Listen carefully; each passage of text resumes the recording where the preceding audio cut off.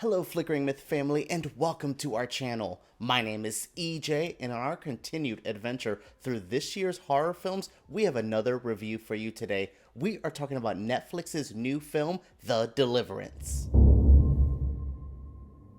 You're going to see the title of this video and go, wow, is he being serious? And truly, I do think this is better than some of the more recent Insidious and Conjuring films. For one, I think this movie has a personality and a point of view. I understand this movie's angle and what it's coming from and its different perspective. It's not just a exorcism movie as you may think. There is a family melodrama here. There is a hard-hitting story about abuse, about alcoholism, about being a woman, a black woman dealing with the government and DCF. There's a lot of complicated issues here that kind of elevate the story for me. I'm gonna be honest with you, I don't personally love the exorcism paranormal side of horror films. If you think of like an Insidious, Conjuring, the exorcism of Emily Rose, Paranormal Activity, it's not my personal cup of tea. I'm more of a slasher. I'm more of a big drama, old school kind of horror as well. I mean, I like the genre. It has so many facets to it. So this isn't one of my personal cups of tea, but this movie had me sucked in.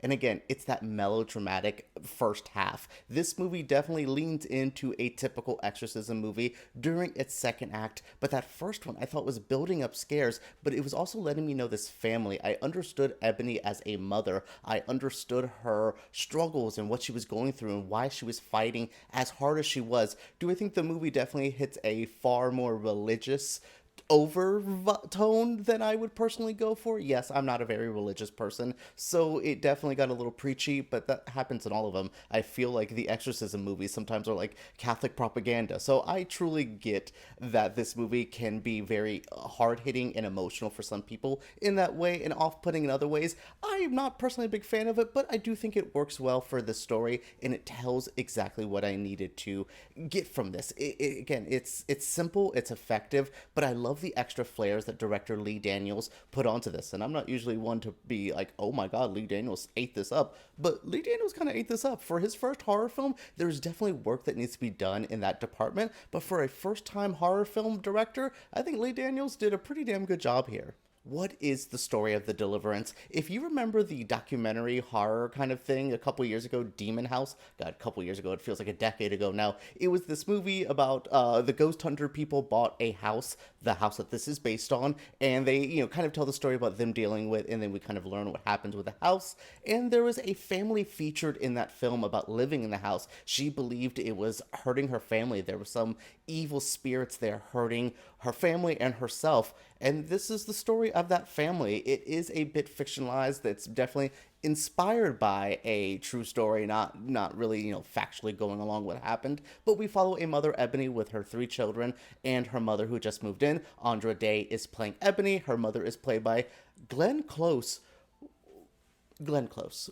She is doing everything. If I could give Glenn Close an Oscar and a Razzie for one performance, it would be this. She is doing the Lord's work, no pun intended. But it's this family living in what was it? Caleb McLaughlin from Stranger Things is here. I love the kids. One of the daughters who I believe played Serena in King Richard. I like this cast, and they all work well together. Monique is a DCF, a child service worker who is coming to investigate it. She has a scene in this movie. We'll talk about the acting in a moment, but my goodness, that scene was so good.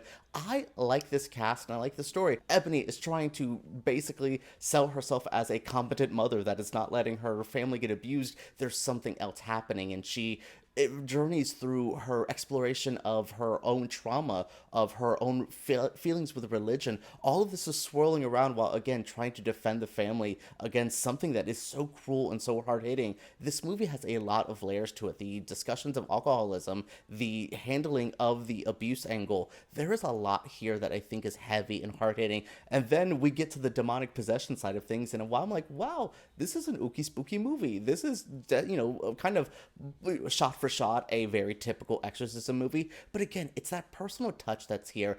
I think the lens of a black experience, especially a black lower income experience in America, really adds something just new to this. There's a different conversation. We've seen exorcism movies happen to privileged people for eons now. It's very rarely it feels like it attacks somebody like this that feels almost so defenseless. It seems like the government's working against her. The church is not really there for her through her own experience. So what can she do to like save herself and her family? It's so interesting, and I think this adds a different layer and a different conversation point for this film. It definitely feels a bit blaxploitation as well. You know, it's definitely some people talking trash and going crazy, and it reminds me of times of like, oh my god, I mean, sometimes it reminds me of really bad horror films, but also gives me feelings of actual true authentic performances with, again, as campy as it is, Glenn Close is doing a lot here. The demon stuff gets very boring, cliche demon-y things. I'm not saying that this is a perfect movie, but what's presented here I thought was serviceable, and honestly I found myself engaged the entire runtime.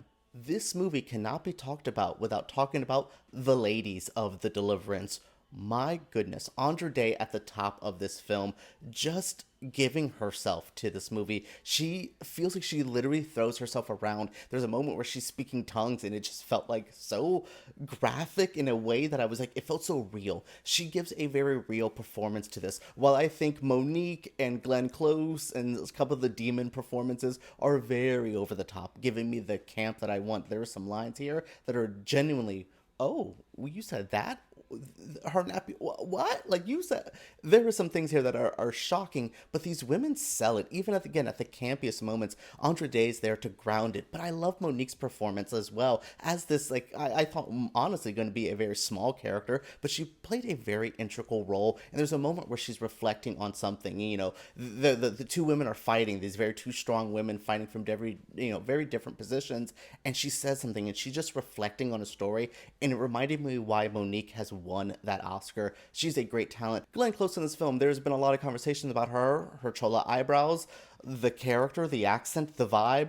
I'm not here to say if it's offensive or not. That's not really my position. But did I love it? Yes. Oh my god. Lee Daniels knew what the hell he was doing here. He gave Glenn Close some of the craziest lines, some of the craziest makeup, some of the craziest moments, and she sold it and made it believable as well. Even again, as high camp as this felt, as very, again, high camp. I'm not talking about like a campy, cheesy movie. This is almost like Joan Crawford, Betty Davis level of women acting, and I just love it. And Aunjanue Ellis-Taylor is here. Like, there is great women here that are just, I mean, she's playing this like exorcism woman. She has a different name for it, but I just love these women. I think they really carried it. Lee Daniels is infamously known for carrying women through performances. Precious was such a impactful film, and you know what he's done with shows like Star as well. So I really think he is a impactful director when it comes to women's stories.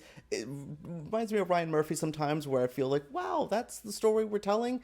Maybe not the best depiction, or maybe not the best representation, but sometimes I believe no representation is bad representation. So give us these stories. Give us this messy, fun kind of journey. This isn't going to redefine anyone's life. This isn't a Oscar-winning awards movie, but I truly enjoyed the experience. I thought the point of view was good, and I had a couple good scares. I had a couple good things. You know, people crawling up walls backwards will always get me, will always spook me out. So good job for that. Overall, a good experience, but my goodness, if these central female performances were not at the center of this movie would be nothing. It would just be pure schlock, but they make it feel just that much more grounded. Alright everyone, that is it for my review of The Deliverance. The movie drops this week on Netflix. Definitely give it a check out. This is a fun kind of cuddle up on the couch, watch it, have fun scares. It's good, it's hard-hitting, it actually delves with topics that you don't normally see in a horror film, so I appreciate for what it did. Is it the scariest movie I've seen this year? No, but again, I like this more than most of those modern exorcism, paranormal films that I feel are so boring, so run-of-the-mill.